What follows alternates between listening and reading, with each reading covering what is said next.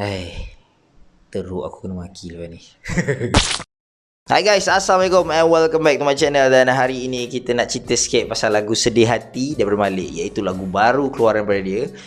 Okay, dan sebelum kita start sembang pasal lagu ni, aku nak cakap awal yang interpretation dan penafsiran lagu ni adalah daripada pendapat aku sendiri. Hanyalah personal opinion aku. So kalau tak kena dengan pendapat korang dan pandangan korang, itu terpulang kepada hak masing-masing. Dan aku juga nak cakap yang especially untuk lagu Sedih Hati ni kan, sebab lagu dia ada banyak menceritakan tentang politics and all kan.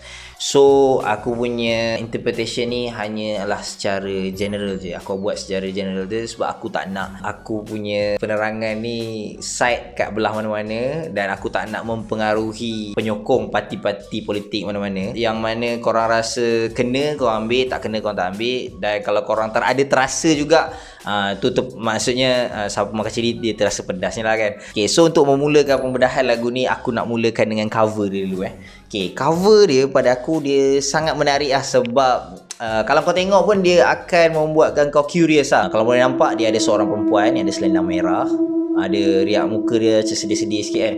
Lepas tu dia pegang satu bekas yang kita boleh assume itu adalah darah lah. Apa yang kita boleh faham, gambar dia ni nak menunjukkan yang seseorang ni dia sedang nak melakukan ritual dark arts lah, ataupun black magic lah kan, ataupun sihir lah kan. Jadinya benda ni adalah benda yang tak elok sampai dibuat untuk mendapatkan apa cita-cita dia lah. Contoh kalau kau nak lawa, kau ambil susuk, yang kau perlu buat something lah untuk mendapatkan susuk tu apa semua kan. So apa yang aku boleh tafsir kat sini adalah seseorang politician ataupun pemimpin ni, dia dah lakukan perbuatan yang tak elok lah untuk nak mencapai cita-cita dia, which is darah tu kita boleh relatekan dia dengan rakyat. Maknanya dia mengorbankan rakyat untuk nak mendapatkan impian dia. Tak kisahlah dari segi kemewahan ke, kedudukan ke, tapi dia dah melakukan benda yang tak elok lah.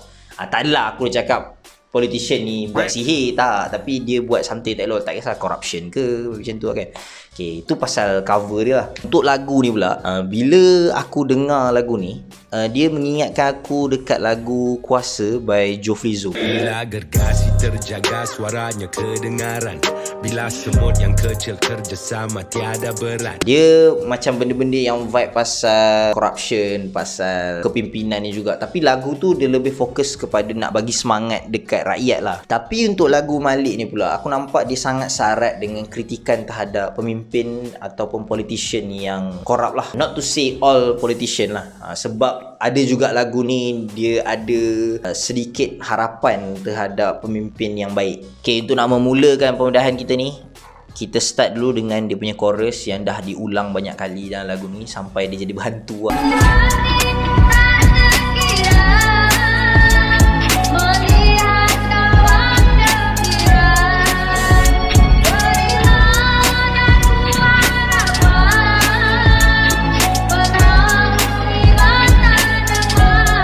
Kalau kita ikut konteks lagu ni kan, chorus ni kita boleh cakap dia adalah satu keluhan rakyat lah, di mana nak cakap dia bersedih bila tengok politician ni semua happy-happy kat atas, tapi dia tengah dalam keadaan yang tak okey lah kan.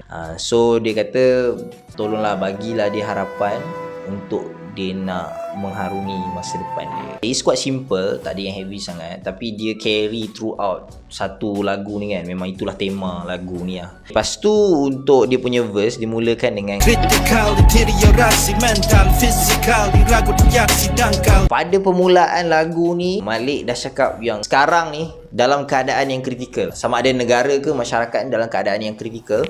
Deteriorasi ni maksudnya dia adalah satu proses di mana dia dalam keadaan yang semakin teruk. So bila dia kata deteriorasi mental, fizikal ni, maknanya keadaan mental dan fizikal negara ataupun masyarakat ni dia dalam keadaan yang semakin teruk lah, diakibatkan daripada keputusan, decision ataupun dasar yang telah dibuat oleh pemimpin. Aku boleh bagi satu contoh lah. Mana contoh keputusan SPM yang paling latest ni menunjukkan yang 70,000 student tak layak nak dapat sijil. So maknanya ini adalah numbers yang paling besar lah dalam sejarah Malaysia ni. 70,000 student tak layak dapat sijil. Maknanya dia fail sama ada sejarah atau BM, which is subjek yang boleh dikatakan senang lah untuk lulus. So itu adalah salah satu contoh lah aku bagi. Dan ini boleh dikatakan akibat daripada dasar-dasar yang telah ditetapkan oleh kerajaan yang menjadikan pelajar-pelajar generasi yang baru ni mengalami kesukaran untuk nak lulus dalam subjek BM ataupun sejarah. Itu salah satu contoh lah. Dah ada banyak lagi contoh, korang cari sendiri.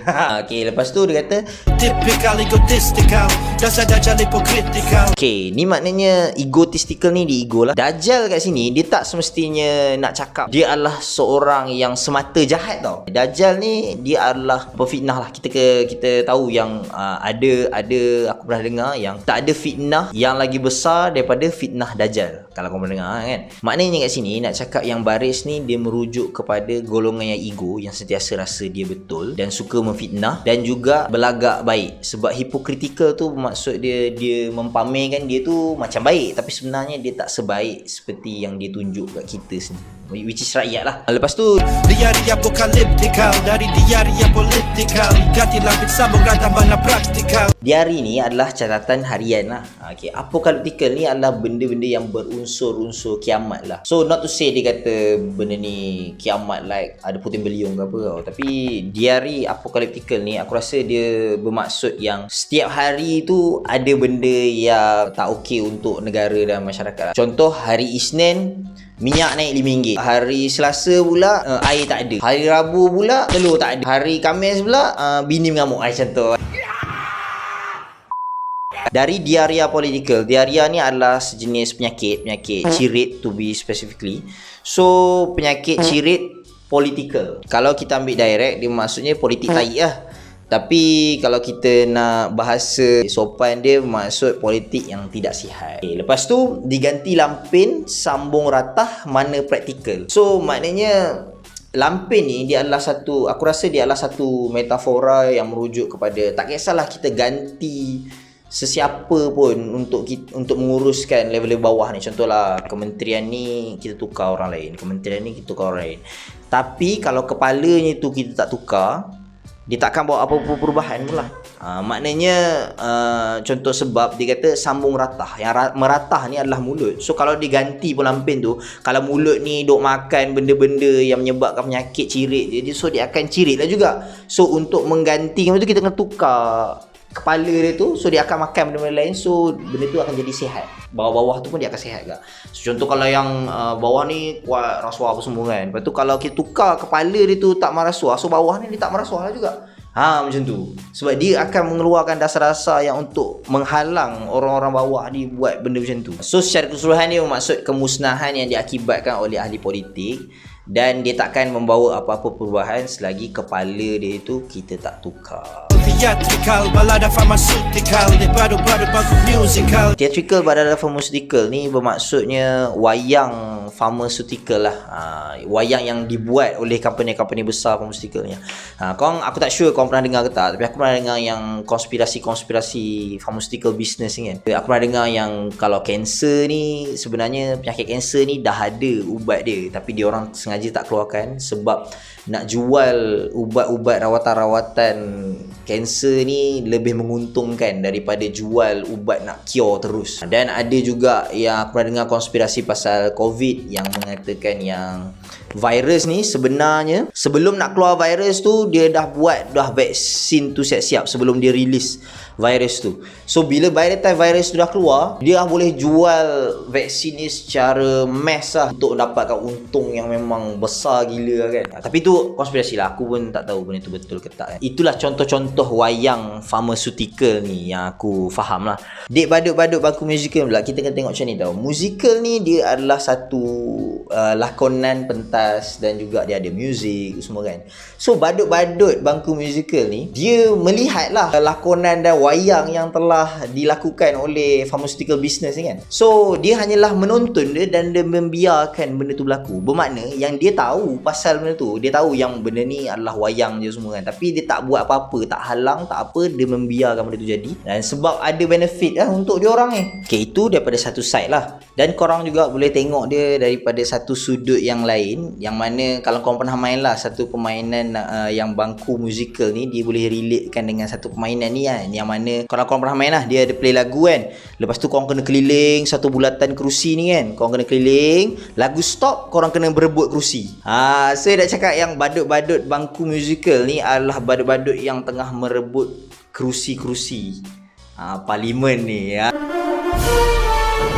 Theatrical, balada pharmaceutical ni tadi dilakukan oleh orang-orang yang merebut kerusi ni. Yang kemaruk menagih puji, bertanding suci, kita meratap menangis mengemis uji. Atap diranap kegasikan perut tuli, minta dikembalikan asasi jenuh dibuli. Rangkap ni pada aku, dia sebenarnya nak tujukan kepada politician-politician yang batak nak terima pujian, yang suka nak bertanding siapa paling suci lah antara diorang kan. Lepas tu, dan kehancuran yang dah dibuat oleh diorang ni, tapi diorang ni tak endahkan pun masalah rakyat. Dia aku faham dari sudut ni lah, Malik nak cakap ni adalah geng beruk tuli. Sebab bila kalau korang pernah tengok lah parlimen kan kecah bergaduh entah pasal benda-benda bodoh lah, bergaduh pasal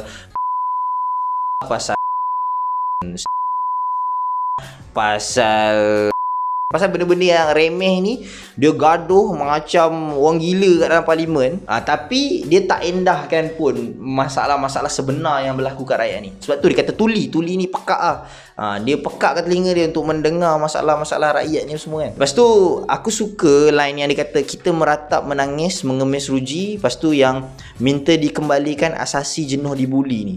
Dia adalah rintihan daripada rakyat yang nak cakap okey, kita ni punyalah susah sampai mengemis. Sebab mengemis ruji ni maknanya dah teruk sangat lah. Sebab ruji ni adalah, senang cerita, dia kalau direct translate dia maksudnya makanan asas lah. Contoh macam air, macam beras kan, macam apa lagi, macam telur, contoh benda-benda asas macam tu. Kita kena nak mengemis benda tu sebab benda tu tak ada ke, atau benda tu susah untuk nak kita dapat ke, sama ada dia mahal sangat ke supaya susah kita nak dapat macam tu. Lepas tu dia cakap minta dikembalikan asasi jenuh dibuli, maksudnya susah lah nak dapatkan benda tu. Asasi ni sama lah macam ruji tadi, dia benda-benda asas. Tempat tinggal, makanan, air, macam tu lah. Moga segera berakhir kawan, semoga semua derita dirawat, yang istiqamah semoga dirahmat, yang ruwet kita semoga dilaknat. Senang cerita, rangkap ni adalah rangkap doa. Semua satu keseluruhan ni kan, dia adalah doa seorang rakyat yang tengah susah lah, senang cerita.